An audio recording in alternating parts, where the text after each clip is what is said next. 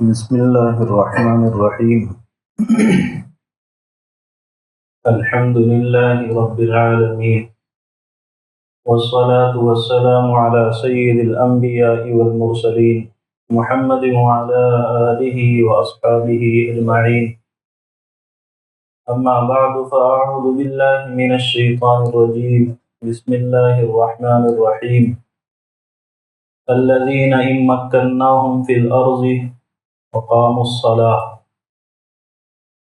وقال الله تبارك وتعالى إن المنافقين يخادعون الله وهو خادعهم وإذا قاموا إلى الصلاة قاموا كسالى يراءون الناس ولا يذكرون الله إلا قليلا صدق اللہ العظیم۔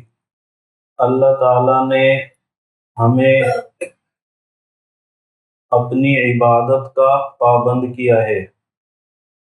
عبادتوں میں سب سے بنیادی عبادت جس کے اوپر تمام عبادتیں ٹکی ہوئی ہیں وہ ایمان ہے۔ اگر ایمان صحیح نہیں ہے تو آپ کی کسی نیکی کا کوئی اعتبار نہیں۔ آپ کتنے صدقے خیرات کرتے ہیں، آپ کتنے اچھے اخلاق کے مالک ہیں، آپ کتنے دکھی لوگوں کی ہمدردی کرتے ہیں، آپ کتنے مظلوموں کی مدد کرتے ہیں، ساری چیزیں بڑی عمدہ آپ کے اندر ہیں، ایمان نہیں ہے، آپ کی ان ساری نیکیوں کا کوئی اعتبار نہیں۔ جو کچھ بدلہ اللہ دینا چاہے دنیا میں کچھ بھلائی آپ کے ساتھ کر دے گا، آخرت میں کوئی اعتبار نہیں ہوگا۔ کب؟ اگر آپ کے پاس ایمان نہیں ہے تب۔ اور ایمان کے بعد سب سے اہم ترین عبادت دین اسلام میں نماز ہے۔ نماز اگر آپ کے پاس ہے تو سمجھا جائے گا کہ آپ واقعتاً پکے مومن ہیں۔ اور اگر آپ کی نماز میں فالٹ ہے، نماز کے اندر آپ کی سستی پائی جاتی ہے، کبھی ادا کی کبھی نہیں ادا کی، تو معاملات بہت مشکل ہے۔ اتنی باتیں سننے کے بعد طے ہو گیا ہوگا کہ بیان نہیں سننا ہے دھیان سے، وہ بات بتائی جا رہی ہے جو ہمارے اندر ہے، اس لیے کیا فائدہ؟ اس سے اچھا ہے کہ دھیان سے سنے ہی نہیں۔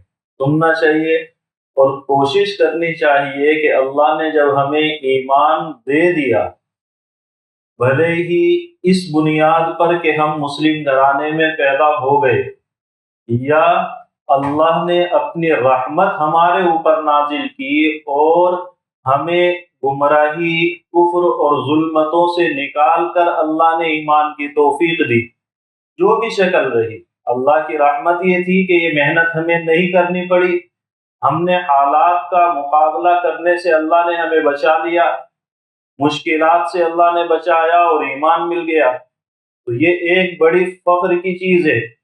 لیکن ہم اس پر فخر کیسے کرتے ہیں؟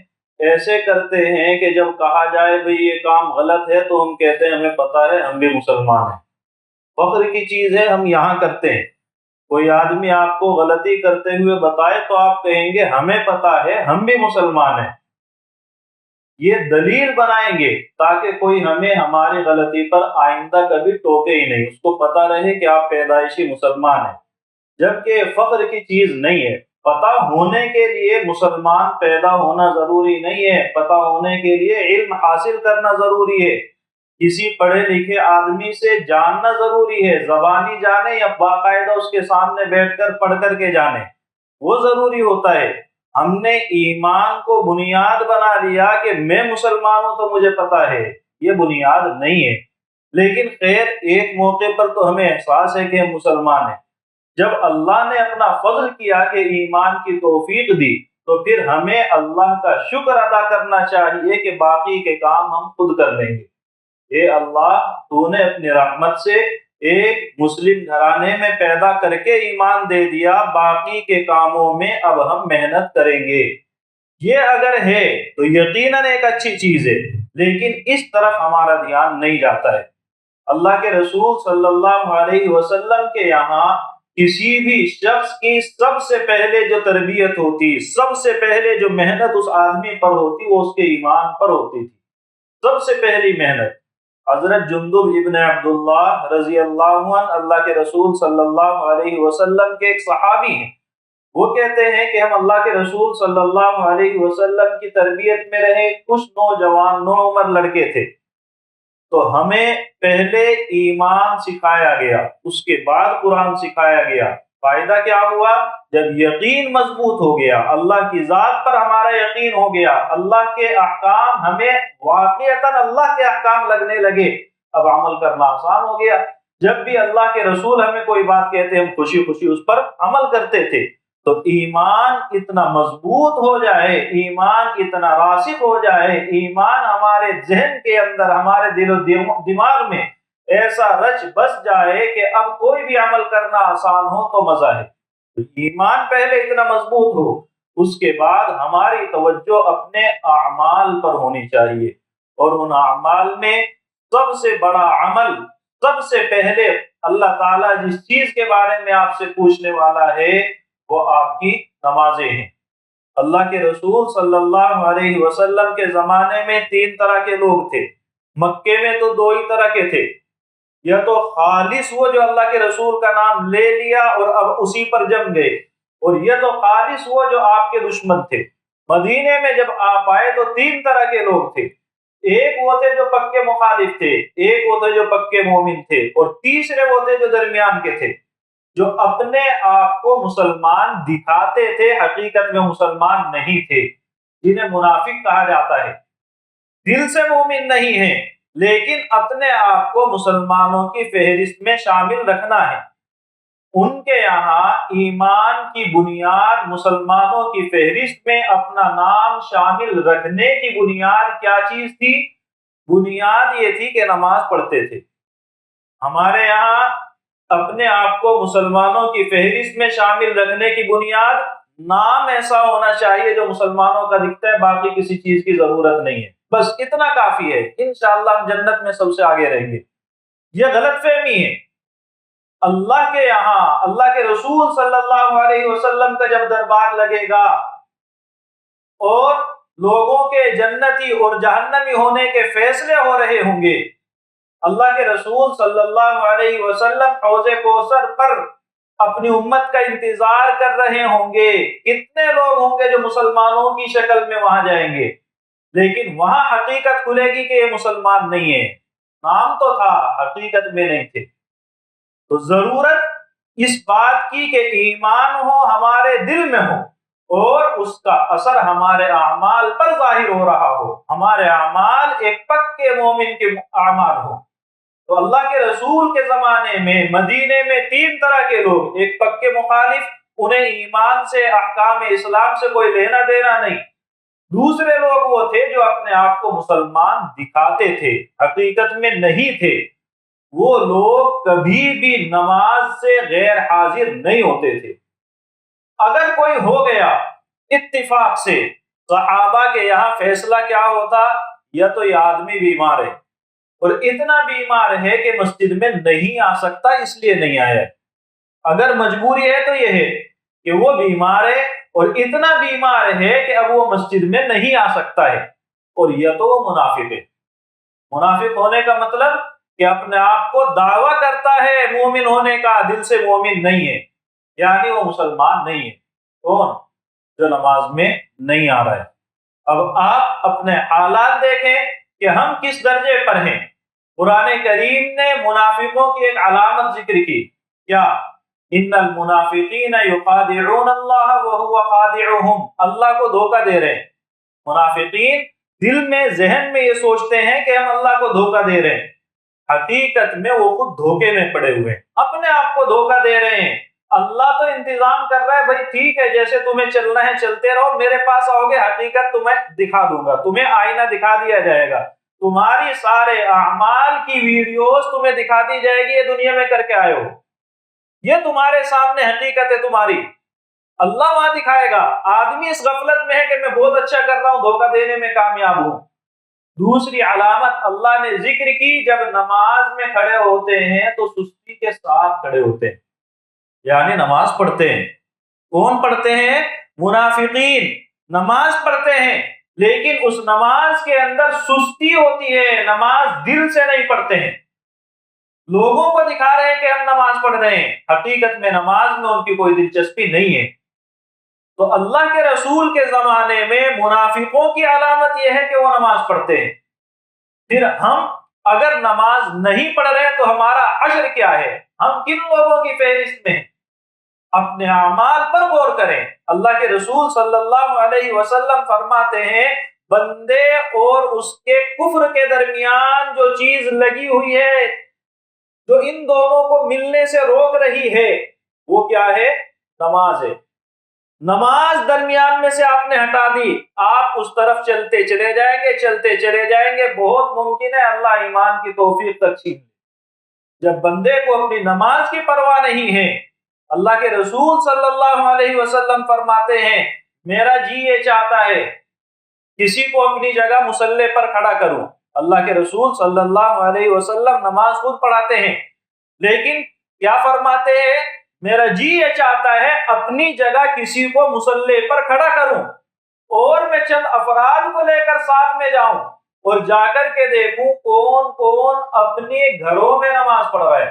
نماز نہیں پڑھ رہا ہے نہیں فرما رہے ہیں، کون کون اپنے گھروں میں نماز پڑھ رہا ہے اور جا کے ان گھروں کو آگ لگا دو۔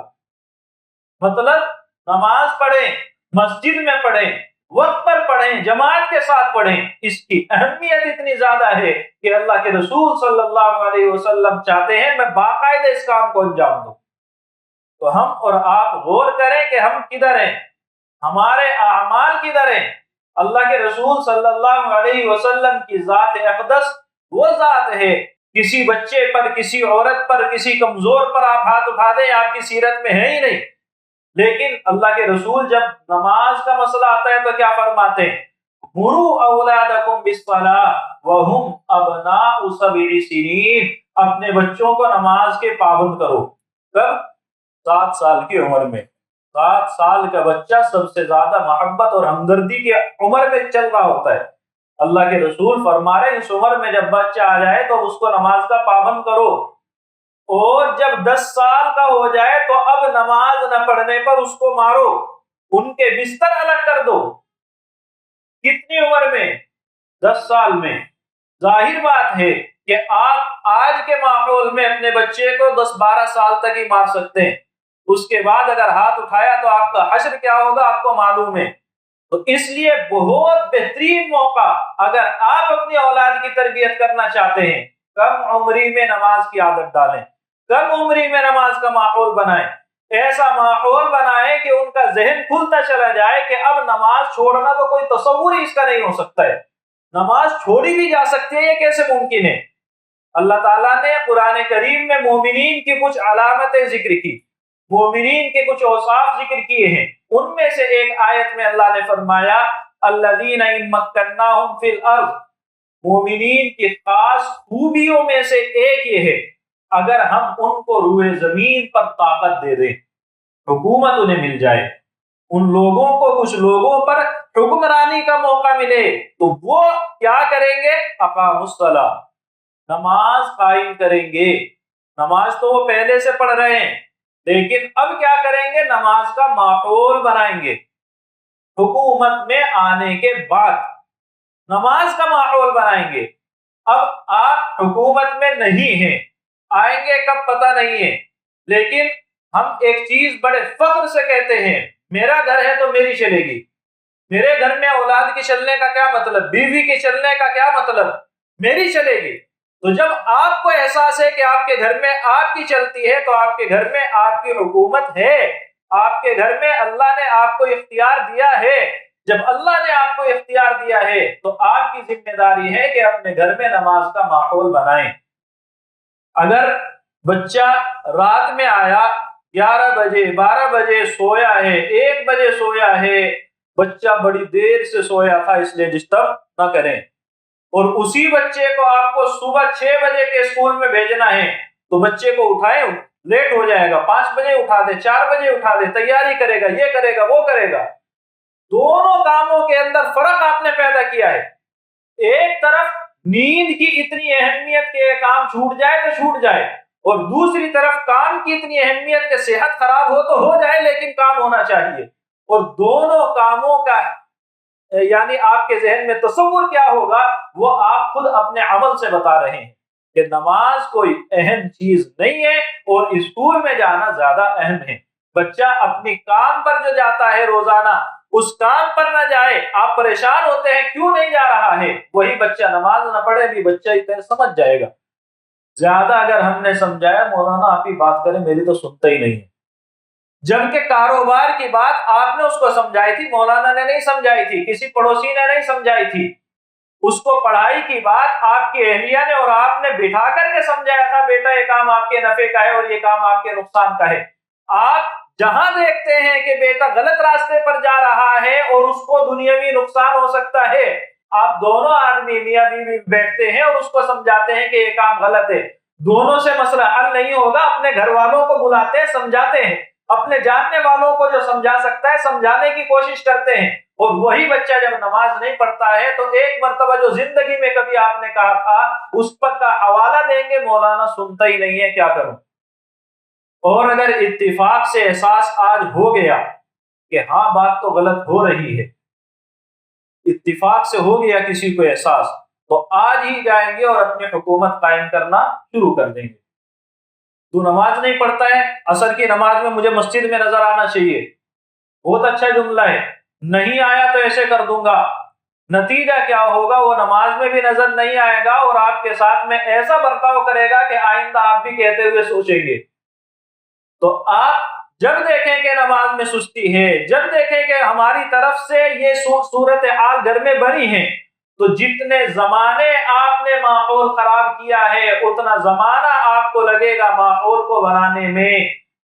جب آپ بھلائی کی بات کرتے ہیں اس میں انتظام کی ضرورت ہوتی ہے, اس میں حسن سلوک کی ضرورت ہوتی ہے, اچھے انداز کی ضرورت ہوتی ہے, ایک بہترین حاکمانہ, ایک بہترین مصلحانہ, ایک بہترین سمجھداری بھرا انداز اختیار کرنے کی ضرورت ہوتی ہے.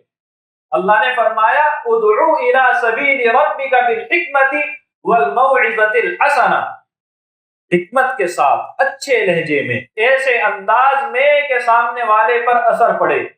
حضرت موسیٰ علیہ السلام جاتے ہیں فرعون کو سمجھانے, حضرت ہارون بھی ساتھ میں جاتے ہیں, دونوں اللہ کے نبی ہیں, اور سامنے وقت کا بدترین انسان فرعون ہے. اللہ کیا کہتا ہے, وَقُولَا لَهُ قَوْلًا لَيِّنًا, نرم بات کرنا, ڈانٹنے ڈپٹنے سے شروع مت کر دینا, لہجہ نرم ہو, بات کا اثر ہوگا, بات دل میں آئے گی.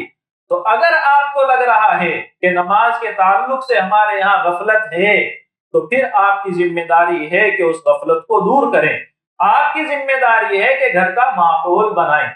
ہوتا کیا ہے, ہم خود فون دیکھ رہے ہیں اور بچوں کو کہتے ہیں کہ بیٹا فون مت دیکھو, کبھی بھی اثر نہیں ہوگا.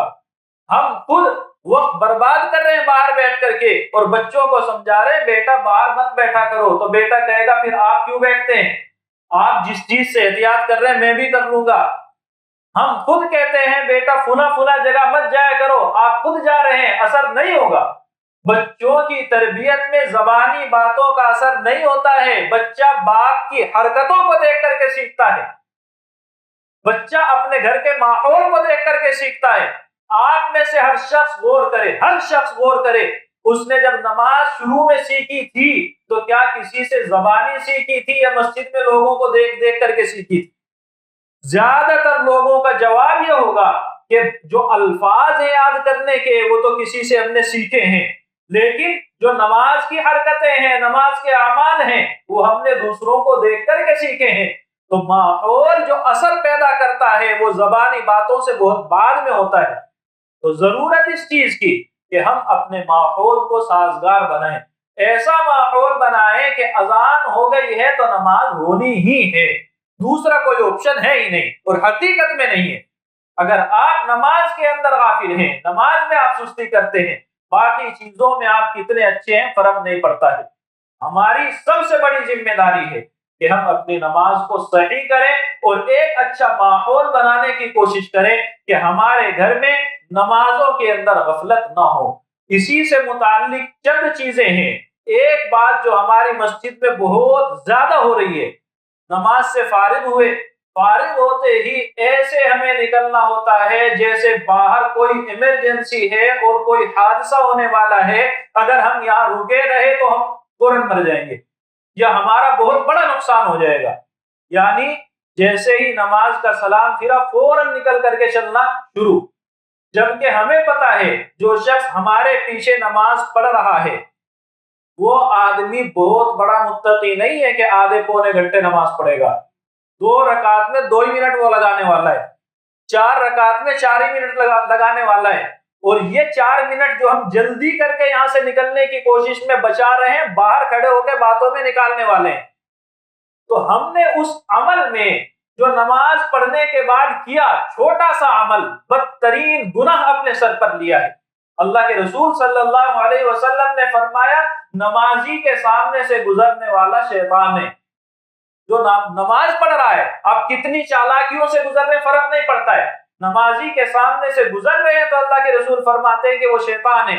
ایک موقع پر آپ نے فرمایا نمازی کے سامنے سے گناہ کا تمہیں پتہ چل جائے گزرنے کا کیا ہوتا ہے، تم 40 سال تک انتظار کرو گے۔ ایک دوسرے موقع پر آپ نے فرمایا 100 سال تک کھڑے ہو کر انتظار کرو گے۔ 2 منٹ انتظار نہ کرنے والا 100 سال اگر کھڑے ہو کر انتظار کرنے پر مجبور ہو جائے تو سوچ لے کتنا بڑا گناہ ہے۔ تو اس لیے پہلی جو چیز ہمارے دھیان میں رکھنے کی وہ یہ ہے کہ نمازی کے سامنے سے نہ گزریں، لیکن ساتھ میں یہ جان لیں کہ نمازی کے سامنے سے گزرنا کیا ہوتا ہے۔ آپ کو معلوم ہے ایک جانور آپ سے جان بچا کر کے بھاگتا ہے، لیکن جب اسے لگے کہ اب یہ مجھے چھوڑے گا نہیں تو پھر وہ حملہ کر دیتا ہے، کیونکہ اب جان بچانے کا راستہ دوسرا نہیں ہے، اٹیک ہے، تو وہ آپ کے اوپر حملہ کرے گا۔ یہی عمل ہم کرتے ہیں کیونکہ ہمیں جانا تو 2 منٹ میں، اور نمازی کے سامنے سے گزرنے کا طریقہ ہمیں معلوم نہیں ہے، اس لیے ہم کیا کریں گے، چلو گزر جاتے ہیں، کیا فرق پڑتا ہے۔ تو یہ طریقہ غلط ہے۔ اس میں چند چیزیں دھیان میں رکھیں۔ نمازی کے سامنے اگر آپ بیٹھے ہوئے ہیں، بالکل سامنے بیٹھے ہوئے ہیں، تو جو آدمی نمازی کے سامنے سے اٹھ کر کے چلتا ہے اس کو نمازی کے سامنے سے گزرنے والا نہیں کہتے۔ گزرنے کا مطلب ہوتا ہے ایک سائیڈ سے جائیں دوسری سائیڈ سے نکل جائیں، اس کو گزرنا کہتے ہیں۔ سامنے بیٹھا ہوا شخص ایک طرف ہٹ جائے اس کو ہٹنا کہتے ہیں، گزرنا نہیں کہتے۔ تو اگر آپ کسی کے سامنے بیٹھے ہیں جس سائیڈ میں آپ کو دکھ رہا ہے کہ پیچھے تک لائن خالی ہے، پیچھے تک، یہ سامنے پیچھے جا کر کے جو آدمی بیٹھا وہ نماز میں نہیں ہے، تو اب آپ اس کی طرف سے ایک سائیڈ سے ہٹے اور نکل جائیں۔ پہلی بات تو یہ ہے۔ دوسری چیز، اگر آپ کو لگ رہا ہے فلاں آدمی نماز میں تو ہرگز کوشش نہ کرے گزرنے کی۔ ہماری یہ مسجد چھوٹی ہے، اگر مسجد کی لمبائی 60 فٹ ہے تو آپ نمازی کے سامنے سے 3 صف کے آگے سے گزر سکتے ہیں، اور اگر نہیں ہے تو پھر آپ یہ تو بالکل پیچھے جائیں اور دیوار جو پیچھے والی ہے اس کے پاس سے گزریں، اور اگر وہاں جگہ نہیں ہے تو آپ بیٹھ کر انتظار کر لیں۔ 5 منٹ سے زیادہ نماز میں کون لگا رہا ہے؟ زیادہ ہی کوئی بہت اللہ والا ہوگا 10 منٹ میں، اس سے زیادہ نہیں ہوتی ہے۔ اور 10 منٹ کے اندر اگر آپ نے اپنے وقت لگایا اور آخرت میں جہنم سے بچ گئے تو بہت بڑی کامیابی ہے۔ تو اس لیے کوشش کریں کہ نمازی کے سامنے سے نہ گزریں۔ نماز پڑھنے والے کو بھی چاہیے کہ پلر ہے بیچ میں، ان کے پیچھے کھڑا ہو کر کے نماز پڑھے، اور اگر پلر کے پیچھے کوئی نماز پڑھ رہا ہے، کون سی نماز، جب نماز سے فارغ ہو چکے ہوتے ہیں، ظاہر بات ہے جماعت میں کون ایسی حرکت کرے گا، تو پھر اللہ کا فضل ہے کہ یہاں پہ سترہ موجود ہے، چھوٹی چھوٹی وہ بنا کر کے رکھی ہوئی ہیں، لوہے کی ہے، زیادہ بھاری نہیں ہے، اس کو آپ اپنے سامنے رکھ لیں اور اس کے سامنے سے گزرنے والوں کو موقع دیں۔ ایسا نہیں ہے کہ آپ کی نماز کی وجہ سے دوسرے کو تکلیف ہو۔ اس سلسلے میں کچھ دنوں بڑا اہتمام ہوا ہے، لوگوں نے اپنی نماز کا خیال رکھا ہے کہ اپنے سامنے وہ سترہ رکھا ہے، لیکن اب بہت غفلت ہو رہی ہے۔ سترہ اتفاق سے جمعے میں ہم نے باہر رکھ دیا اٹھا کے، پورے ہفتے وہ وہاں پر رکھا ہوا ہے، نمازی مستقل نماز یہاں پڑھتے ہیں، ادھر بیٹھنے والے کو گزرنا ہوتا ہے، وہ پریشان ہوتا ہے، پھر آخر میں آپ کے سامنے سے گزر جاتا ہے۔ تو غفلت اس کی بھی ہے لیکن غفلت آپ کی بھی ہے۔ تو نماز پڑھنے والے کو چاہیے کہ اس کا اہتمام کرے کہ کوئی سامنے سے گزرنے کے گناہ میں میری وجہ سے نہ پڑے، اور گزرنے والے کو بھی چاہیے کہ اگر کوئی نماز پڑھ رہا ہے تو تھوڑا انتظار کر لے۔ نماز کا اہتمام ضروری ہے، اور نمازی کی نماز کا عزت اور احترام بھی ضروری ہے، اس لیے ضرور خیال رکھیں کہ نمازیوں کے سامنے سے گزرنے سے بچیں۔ اللہ تعالی ہم سب کو سمجھنے کی، عمل کرنے کی توفیق عطا فرمائے۔